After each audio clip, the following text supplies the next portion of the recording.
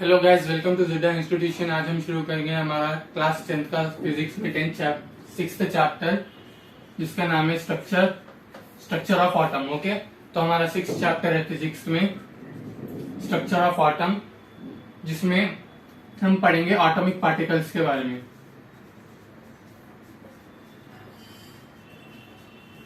Okay, हमारा 6th chapter है structure of atom, जिसमें एटम के बारे में पढ़ेंगे। एटम बना कैसे? Atom small unit of matter is called atom. Okay, तो एटम किसे कहते हैं? Small unit of matter is called atom. Atom के अंदर 3 सब पार्टिकल्स होते। ओके, एटम के अंदर 3 सब पार्टिकल्स होते हैं, जिसमें फर्स्ट है इलेक्ट्रॉन, सेकेंड है प्रोटॉन, थर्ड है न्यूट्रॉन। तो इलेक्ट्रॉन हमारा नेगेटिवली चार्ज पार्टिकल है, प्रोटॉन हमारा पॉजिटिवली चार्ज पार्टिकल है, न्यूट्रॉन हमारा न्यूट्रल होता है। तो ये था एटम के बारे में। ओके, आप रीडर देखेंगे तो आपको फर्स्ट मिलेगा wave nature of light.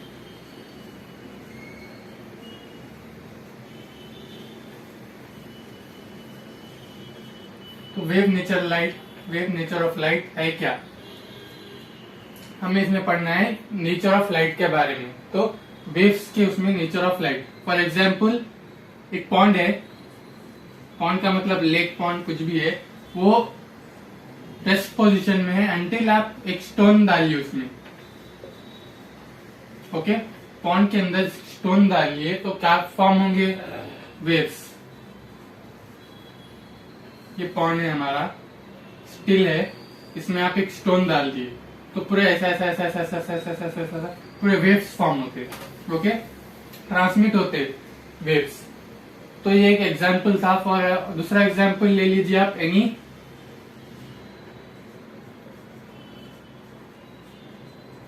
Vibrating body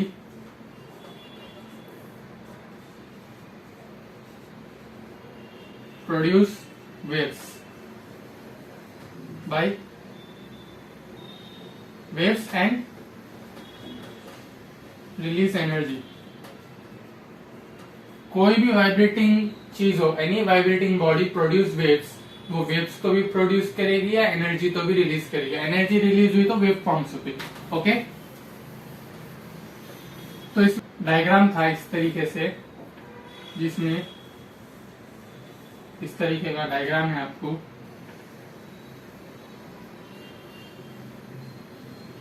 okay, मैं रफली ड्रॉ करा।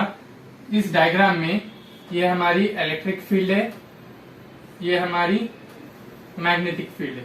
इस डायग्राम को हम क्या कहेंगे? Electro magnetic wave. ओके, इस डायग्राम को हम कहेंगे इलेक्ट्रोमैग्नेटिक वेव। इस डायग्राम को इलेक्ट्रोमैग्नेटिक वेव इसलिए कहते हैं क्योंकि तो when electric charge vibrates,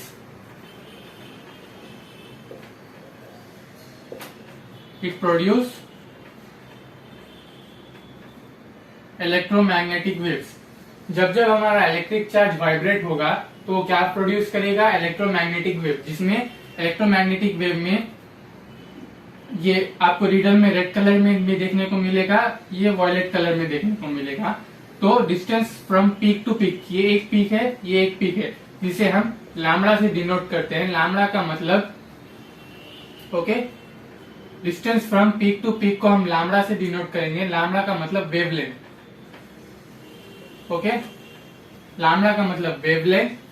frequency का मतलब number of waves in unit time. तो फ्रीक्वेंसी का मतलब, फ्रीक्वेंसी हमारी म्यू से डिनोट होगी। एफ का मतलब फ्रीक्वेंसी हमारी म्यू से डिनोट होगी। उसका मतलब होता है number of waves in unit time. मैं आपको इनके डेफिनेशन क्यों लिखा रहा हूँ? तो 1 मार्क्स में आपको पूछेगा कि what is wavelength in wave nature of light बोल के क्वेश्चन आएगा, या what is the definition of frequency and frequency denoted by which symbol. तो तो फ्रीक्वेंसी हमारा म्यू से डिनोट होता है। फ्रीक्वेंसी का मतलब number of waves in unit time, किसमें वेव नेचर ऑफ लाइट के ऊपर, दूसरा उसमें अलग डिपेंड होगा। इसका लैम्बडा का मतलब distance between peak to peak, मैं लिखा नहीं रहा, distance between peak to peak. तो इलेक्ट्रिक चार्ज जब जब वाइब्रेट होगा तो क्या प्रोड्यूस होगा, इलेक्ट्रोमैग्नेटिक वेव। ये हमारा इलेक्ट्रिक फील्ड है, ये मैग्नेटिक फील्ड है। इलेक्ट्रिक फील्ड मैग्नेटिक फील्ड हमारा सराउंडेड बाय इलेक्ट्रिकल चार्ज है, जो प्लेन सीधी लाइन जा रही ये डायरेक्शन है, तो इट इज इलेक्ट्रिक फील्ड। अपनी जो इलेक्ट्रिक फील्ड है वो surrounded by electric field and magnetic field. हमारा इलेक्ट्रिक चार्ज इलेक्ट्रिक फील्ड और मैग्नेटिक फील्ड से सराउंडेड है परपेंडिकुलरली। जब ये दो आपस में electric field convert into magnetic field and form electric charge. Okay, तो इलेक्ट्रिक फील्ड हमारी, जब हम इसमें वाइब्रेशन प्रोड्यूस करेंगे तो इलेक्ट्रिक फील्ड हमारी मैग्नेटिक फील्ड में कन्वर्ट हो जाएगी और मैग्नेटिक फील्ड हमें इलेक्ट्रिक चार्ज देगी, जो वाइब्रेट होने पर हमें इलेक्ट्रोमैग्नेटिक वेव देगा। तो ये था वेव नेचर ऑफ लाइट के बारे में। लैम्बडा का मतलब वेवलेंथ, म्यू का मतलब फ्रीक्वेंसी। ओके, इसका डेफिनेशन क्या था, फ्रीक्वेंसी का मतलब क्या था, number of waves unit time. तो फ्रीक्वेंसी का डेफिनेशन क्या है, number of waves per unit time. Wavelength का डेफिनेशन क्या है, distance from peak to peak. तो lambda is denoted, wavelength is denoted by lambda, frequency is denoted by mu. Mu का मतलब number of waves per unit time, wavelength का मतलब distance from peak to peak. Okay, तो ये था हमारा diagram के बारे में एक्सप्लेनेशन। तो whenever electric charge vibrates it's produce electromagnetic wave. Okay, आपको डायग्राम आंसर में क्या लिखना है, जब भी आपको explain about wave nature of light बोला तो आपको डायग्राम उतार देना है। वेवलेंथ, फ्रीक्वेंसी का डेफिनेशन लिख के, distance from peak to peak lambda है, इसको इलेक्ट्रोमैग्नेटिक वेव बोलते हैं। Whenever electric charge produce vibration it forms क्या, इलेक्ट्रोमैग्नेटिक वेव बोल के उसका आंसर लिख लेना है। इसे 2 मार्क्स में पूछता, नहीं तो नहीं पूछता। ओके, एटम, सब एटॉमिक पार्टिकल्स क्या थे हमारे, इलेक्ट्रॉन, प्रोटॉन, न्यूट्रॉन। नोट, ये कुछ इंपॉर्टेंट पॉइंट्स है, जैसा कि इलेक्ट्रिक चार्ज मैंने पहले समझाया डायग्राम में ऐसा डालकर। डायग्राम था जिसमें distance from peak to peak lambda था, ये नीचे का फ्रीक्वेंसी था जिसमें हम म्यू से डिनोट करते। तो electric charge produce vibration to create electromagnetic wave, मैंने शॉर्ट फॉर्म में लिखा है। इस डायग्राम का नाम है इलेक्ट्रोमैग्नेटिक वेव। तो इलेक्ट्रिक चार्ज जब जब प्रोड्यूस होता, वाइब्रेट होता, तो क्या क्रिएट करता है, इलेक्ट्रोमैग्नेटिक वेव। तो electric field, electromagnetic wave form कैसा होती, अपनी जो इसमें डायग्राम में देखे अपन, ये इलेक्ट्रिक फील्ड थी, ये साइड मैग्नेटिक फील्ड थी, डायरेक्शन था। तो इलेक्ट्रिक फील्ड हमारी मैग्नेटिक फील्ड में कन्वर्ट हो जाती है। ये दो सराउंडेड बाय किससे सराउंडेड रहते हैं, इलेक्ट्रिक चार्ज से। ये दो इलेक्ट्रिक चार्ज से सराउंडेड रहते हैं, जब सराउंडेड रहते हैं तो वो वाइब्रेशन प्रोड्यूस करता है, जिससे इलेक्ट्रोमैग्नेटिक वेव पूरा डायग्राम बनता है। तो स्पीड ऑफ लाइट, हम इसमें पढ़ रहे थे वेव नेचर ऑफ लाइट, तो नेचर ऑफ लाइट पढ़ रहे थे। तो स्पीड ऑफ लाइट कितनी है, स्पीड ऑफ लाइट को हम c से डिनोट करेंगे। Okay, speed of light is denoted by c which is 3 × 10⁸ metre per second. ये हमारी स्पीड ऑफ लाइट है, अंडरस्टूड। हमारी स्पीड ऑफ लाइट क्या है, 3 × 10⁻⁻8 metre per second, which is speed of light का डेफिनेशन है c equals to lambda into frequency. जब हम distance between peak to peak को और number of waves per unit time को आपस में मल्टीप्लाई करेंगे तो हमारी स्पीड ऑफ लाइट निकलेगी ये 3 × 10⁻⁻8 मीटर। तो इसका फॉर्मूला था, ये पूछेगा नहीं पर फिर भी इंपॉर्टेंट है। ओके, इसी के साथ हमारा wave nature of light complete हो गया। अब हम पढ़ेंगे इलेक्ट्रोमैग्नेटिक स्पेक्ट्रम। इलेक्ट्रोमैग्नेटिक स्पेक्ट्रम है क्या, क्या इस्तेमाल में आता हो, इलेक्ट्रोमैग्नेटिक स्पेक्ट्रम है क्या। तो डिफाइन इलेक्ट्रोमैग्नेटिक स्पेक्ट्रम मतलब the entire range of wavelength. Wavelength को किससे डिनोट करते हैं हम, लैम्बडा से। ओके, तो the entire range of wavelength is known as electromagnetic spectrum, जिसमें स्पेक्ट्रम का मतलब different colours of rainbow. Spectrum का मतलब different colours of rainbow, rainbow में जो डिफरेंट कलर होते हैं उसको हम स्पेक्ट्रम बोलते हैं। तो इलेक्ट्रोमैग्नेटिक स्पेक्ट्रम बोलते हैं the entire range of wavelength को हम इलेक्ट्रोमैग्नेटिक स्पेक्ट्रम बोलते हैं। तो आपको रीडर में इस तरह का डायग्राम मिल जाएगा जिसमें से cosmic rays, X rays, UV rays, infrared, radio rays, FM rays, ऐसे अलग अलग रेज है जो अलग अलग नैनोमीटर की उसमें मिलते हैं आपको। तो जिसमें ह्यूमन आई को विजिबल कौन से रेज होते हैं बोल के, ह्यूमन आई को the rays between ultraviolet rays and infrasonic rays, infrared. So the rays which are in between UV rays and infrared is visible to human eye. तो हम कौन से रेज देख सकते हैं बोले तो the rays which is available in between UV rays and infrared which is visible to our human eye, जिसमें रेड, वायलेट, इंडिगो कलर्स आते हैं। तो यूवी रेज हमारा कहाँ लोकेट होता है, 400 नैनोमीटर में लेफ्ट साइड में यूवी रेज विजिबल होता, राइट साइड में 700 नैनोमीटर में इंफ्रारेज विजिबल होता जो कि रेड। तो ये रेनबो के स्पेक्ट्रम का मतलब मैंने क्या कहा, रेनबो। तो ये हमारा एंटायर रेंज ऑफ वेवलेंथ है, जिसमें से cosmic rays, X rays, UV rays हमें विजिबल नहीं होंगे क्योंकि इसके शॉर्ट वेवलेंथ होता है, बहुत कम वेवलेंथ होता है। High frequency cosmic rays, X rays, UV rays में हाई फ्रीक्वेंसी होती है, लो वेवलेंथ होता है। इसकी वजह से वो नेगेटिव साइड में चले जाते हैं, इसकी वजह से ह्यूमन आई को विजिबल नहीं होते, अपने आंखों से नहीं देख सकते। वहीं जब इंफ्रारेज में रेडियो वेव्स, एफएम रेज, ये जो रेज रहते हैं इसमें लेस फ्रीक्वेंसी रहती, हाई वेवलेंथ रहता है। राइट साइड में है ये, लेफ्ट साइड में क्या है, अपने को हाई फ्रीक्वेंसी है, लेस वेवलेंथ है, जिसकी वजह से ये विजिबल नहीं है। इसमें क्या है, लेस फ्रीक्वेंसी लेकिन वेवलेंथ हाई है, तो विजिबल रहना ना, क्योंकि हाई वेवलेंथ रहने के कारण हम आपको ये नहीं दिखते। तो हम आपको कौन से रेज दिखते हैं, the rays which are present in between UV and infra, ultraviolet rays. UV का मतलब अल्ट्रावायलेट रेज, इंफ्रा का मतलब इंफ्रारेज। ओके, तो 700 नैनोमीटर पे आपको इंफ्रारेज मिलते, 400 नैनोमीटर पे यूवी रेज मिलते। तो आपको मैं नैनोमीटर क्यों बोल रहा हूँ बोले तो एग्जाम में सिर्फ इस पे क्वेश्चन पूछता, एग्जाम में सिर्फ इस पे क्वेश्चन पूछता कि इन यूवी रेज कहाँ लोकेट होते, कितने नैनोमीटर पे, 400 नैनोमीटर पे। इंफ्रारेज कहाँ लोकेट होते, 700 नैनोमीटर पे। तो लेफ्ट साइड अपने वायलेट कलर रहता है, राइट साइड रेड कलर रहता है। ये हमारा विजिबल रीजन है, विजिबल लाइट है जो ह्यूमन आईज देख सकते हैं। तो लेफ्ट साइड में आपको हाई फ्रीक्वेंसी, HF का मतलब high frequency low wavelength, right side में low frequency high wavelength. Okay, तो ये था विजिबल रीजन ऑफ ह्यूमन आई। तो हम वायलेट से रेड के बीच में ये कलर्स देख सकते हैं जो कि 400 नैनोमीटर से शुरू होते, 700 नैनोमीटर पे खत्म होते। The entire range of wavelength को हम इलेक्ट्रोमैग्नेटिक स्पेक्ट्रम बोलते। ये हो गया अपना इलेक्ट्रोमैग्नेटिक स्पेक्ट्रम के बारे में पूरा डायग्राम। आपको एग्जाम में 4 मार्क्स में पूछता है एक्सप्लेन अबाउट इलेक्ट्रोमैग्नेटिक स्पेक्ट्रम, तो आपको लिखना है electromagnetic spectrum is defined as the entire range of wavelength is known as electromagnetic spectrum बोल के आपको ये 2 डायग्राम डालना है।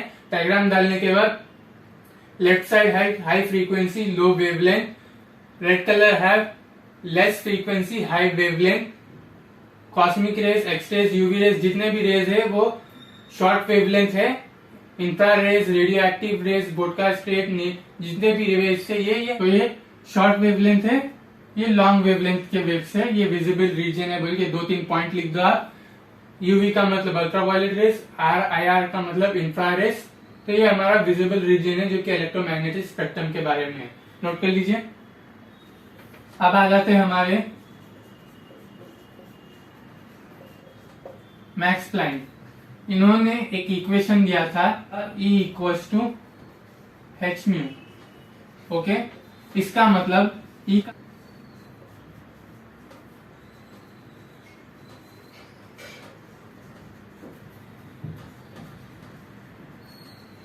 तो E का मतलब electromagnetic charge which is E का मतलब electromagnetic charge, electromagnetic charge equals to h into frequency. अब ये h क्या है, h क्या है हमारा प्लैंक्स कांस्टेंट, जिसकी वैल्यू है उन्होंने दी थी 6.626 into 10 to the power of -34 joules.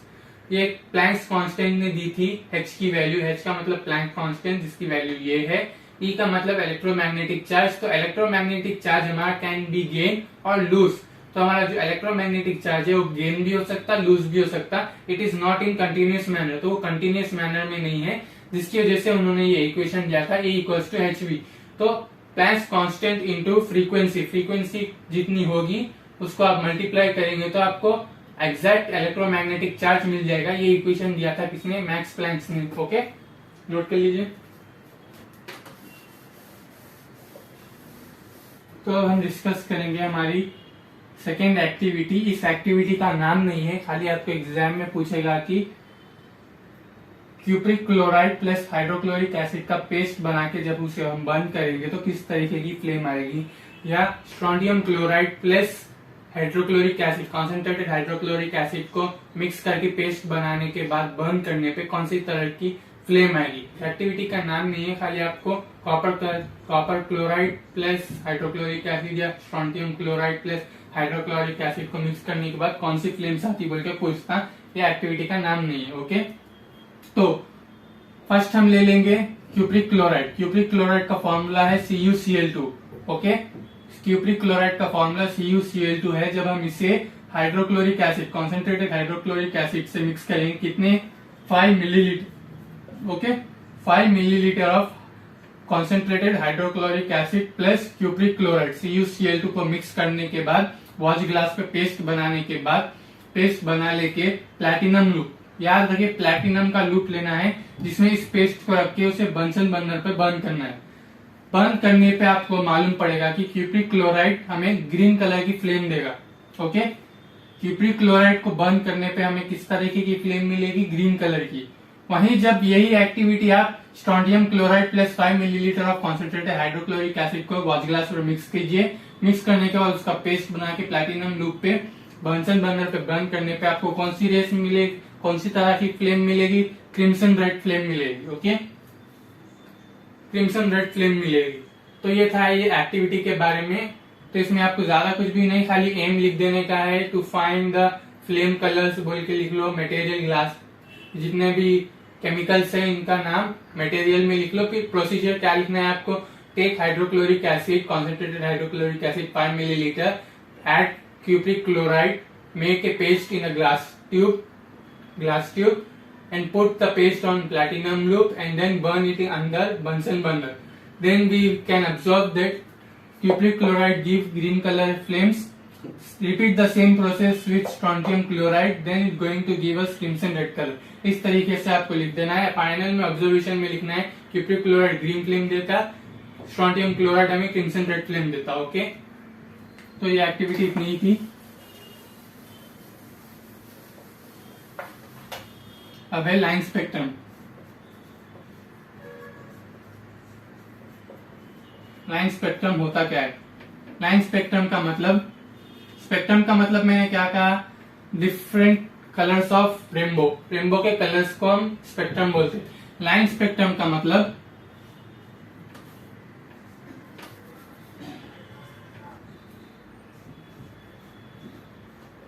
each color has its own wavelength. Line spectrum का मतलब each color has its own wavelength। जैसा कि हमारा वायलेट कलर का वेवलेंथ क्या है, 400 नैनोमीटर है, जो कि नियर टू यूवी रेज है। वहीं हमारा रेड कलर का वेवलेंथ क्या है, 700 नैनोमीटर है, जो कि नियर टू इंफ्रारेज है। ओके, ये था different, each colour has its own wavelength. तो इसका वेवलेंथ क्या है 700 नैनोमीटर, इसका वेवलेंथ क्या है 400 नैनोमीटर, उसको हम लाइन स्पेक्ट्रम बोलते हैं। तो लाइन स्पेक्ट्रम डिफरेंट एटम्स के लाइन स्पेक्ट्रम, तो line spectrum, the line spectrum in atomic spectrum, the line in atomic spectrum. Atom का मतलब सब एटॉमिक पार्टिकल्स, हर चीज एटम से बनी हुई है, हम भी एटम से ही बने हुए हैं। The line in atomic spectrum can be used to define fingerprints. तो आपको एग्जाम में क्वेश्चन आएगा atomic spectrum, how can we identify fingerprints बोल के, या फिंगरप्रिंट्स को आइडेंटिफाई कैसा करना, आइरिस को आइडेंटिफाई कैसा करना बोल के क्वेश्चन आता है, छोटा आया, कभी कभार आया। तो the lines in atomic spectrum can be used to define things such as fingerprint, iris बोल के आप ऐसा लिख दे सकते हो, उसका आंसर 1 मार्क्स मिल जाता है आपको। तो इसी के साथ आज की वीडियो यहाँ खत्म करते हैं। नेक्स्ट वीडियो में हम पढ़ेंगे बोर मॉडल के बारे में, bore atomic model, Sommerfeld model और क्वांटम नंबर्स के बारे में पढ़ेंगे, और हमारा structure of atom chapter complete हो जाएगा। लाइक और सब्सक्राइब करना मत भूलिए, बेल आइकन को दबा दीजिए ताकि हमारी न्यू वीडियोस का नोटिफिकेशन आपको मिले। Thank you.